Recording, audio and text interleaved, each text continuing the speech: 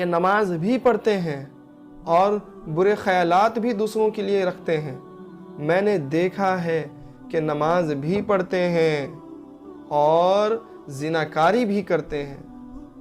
آپ یہ کہہ رہے ہو مولانا صاحب کہ اللہ تعالیٰ ارشاد فرماتا ہے کہ بے شک نماز بے حیائی اور بری باتوں سے روکتی ہے، لیکن یہاں معاملہ تو کچھ اور ہے کہ نماز پڑھنے والا بھی برائیوں میں مبتلا ہے، نماز پڑھنے والا بھی گناہوں میں مبتلا ہے، نماز پڑھنے والا بھی بے حیائی اور عیاشی میں مبتلا ہے۔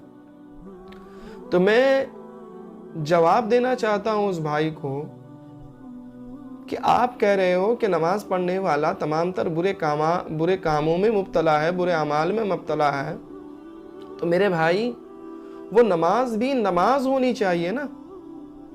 کون سی نماز ہمیں گناہوں سے روکے گی؟ کون سی نماز جو کون سی نماز ہے جو ہمیں تمام تر برے اعمال سے روکے گی؟ یہ بھی تو پتہ کریں۔ نماز وہ نماز ہے جس میں للہیت شامل ہو۔ وہ کون سی نماز ہے جو ہمیں گناہوں سے روکے گی؟ وہ نماز ہے جس میں ہم خشوع اور خضوع کریں۔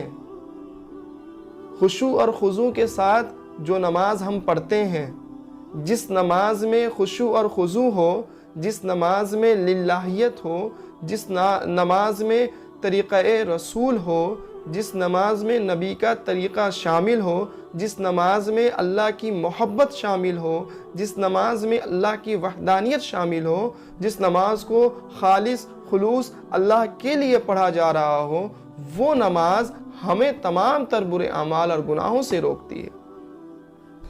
لیکن آج ہمارا حال یہ ہے کہ ہم جب نماز پڑھ رہے ہوتے ہیں تو ہماری نماز میں دنیا کے خیالات گردش کر رہے ہوتے ہیں۔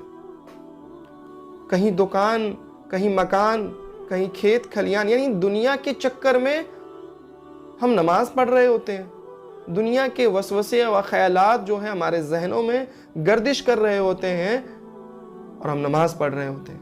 تو ذرا بتائیں میرے بھائی، وہ نماز، وہ عبادت ہمیں کیسے گناہوں سے روکے گی؟ نماز بھی تو ویسی نماز پڑھے نا جو نماز ہمیں گناہوں سے روکے۔ علامہ اقبال کہتے ہیں سجدہ عشق ہو تو عبادت میں مزہ آتا ہے۔ کیا مطلب؟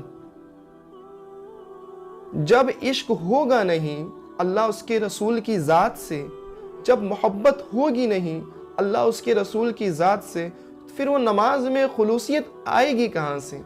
نماز میں اخلاص آئے گا کہاں سے؟ چونکہ جس بندے سے محبت ہوتی ہے جس انسان کو، وہ اس کے لیے ہر وہ کام کرنے کے لیے تیار ہوتا ہے اور آمادہ ہوتا ہے جو اس کے محبوب کو پسند آئے۔ تو ظاہر سے بات ہے نماز پڑھنے سے جب اللہ راضی ہوتا ہے تو ہم نماز بھی اتنی خلوصیت کے ساتھ پڑھیں گے، محبت کے ساتھ، نماز عشق کے ساتھ پڑھیں گے، تو ظاہر ہے کہ ہماری نماز ہمیں گناہوں سے روکے گی۔ سجدہ عشق ہو تو عبادت میں مزہ آتا ہے، ورنہ خالی سجدوں میں تو دنیا ہی بسا کرتی ہے۔ ہم جو خالی سجدہ کرتے ہیں اس میں تو دنیا بسا کرتی ہے۔ اور تیرے سجدے تجھے کافر نہ کر دیں۔ اقبال، کتنا بڑا جملہ کہا علامہ اقبال نے۔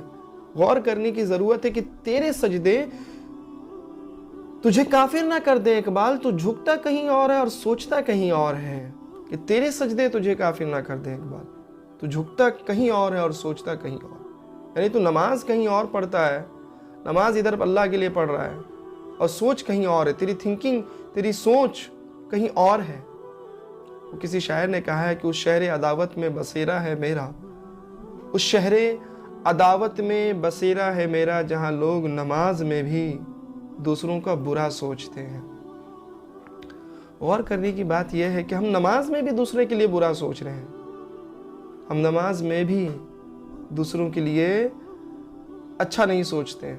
نماز میں بتائیں، ذرا غور کریں، پھر نماز کیسے قبول ہوگی میرے بھائی؟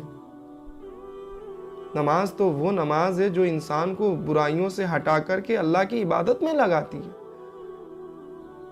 یہ وہ نماز ہے جس کے لیے کل حشر کے میدان میں نہ تو پہلے زکوٰۃ کے بارے میں پوچھا جائے گا، نہ تو پہلے صدقہ کے بارے میں پوچھا جائے گا، نہ تو پہلے خیرات کے بارے میں پوچھا جائے گا، نہ تو پہلے قربانی کے بارے میں پوچھا جائے گا۔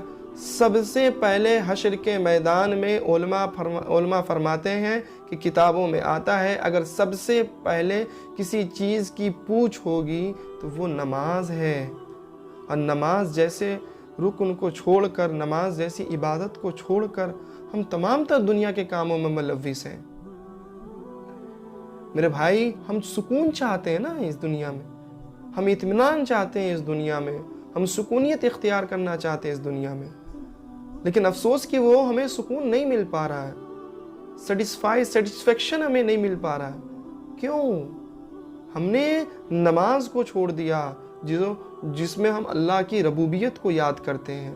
ہم نے اس رکن کو بھلا دیا جس رکن کے بارے میں اللہ کے نبی نے بہت زور دے کر کے کہا کہ میرے امتیوں پہلے نماز نہ چھوڑنا، تم پہلے نماز ہے، نماز نہ چھوڑنا۔ یہ اللہ کی بہت بڑی عبادت ہے۔ نماز کے بعد تمام تر اعمال دیکھے جائیں گے بھائی۔